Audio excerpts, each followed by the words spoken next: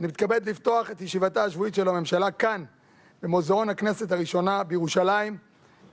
איננו פתוחה גם לגבי איראן. אני אשוחח היום, כפי שאני עושה מדי כמה ימים, עם ידידנו הנשיא טראמפ, אשמע בוודאי רשמים על נסיעתו מסין, ואולי גם על דברים אחרים. בוודאי שיש הרבה אפשרויות, אנחנו ערוכים לכל תרחיש. ואין לי ספק שישראל תהיה המדינה הראשונה, כמו שעשינו גם בשטחים אחרים. אני מתכבד לפתוח את ישיבתה השבועית של הממשלה כאן, במוזיאון הכנסת הראשונה בירושלים. איננו פתוחה גם לגבי איראן.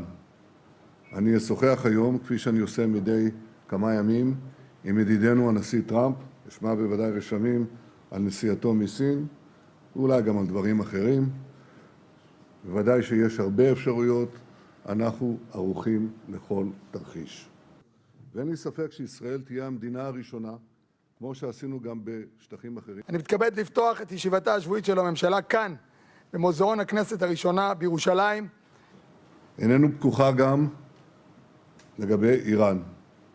אני אשוחח היום, כפי שאני עושה מדי כמה ימים, עם ידידנו הנשיא טראמפ, אשמע בוודאי רשמים על נסיעתו מסין, ואולי גם על דברים אחרים. בוודאי שיש הרבה אפשרויות, אנחנו ערוכים לכל תרחיש. ואין לי ספק שישראל תהיה המדינה הראשונה, כמו שעשינו גם בשטחים אחרים. For more such videos, subscribe to the NewsX YouTube channel, hit the bell icon.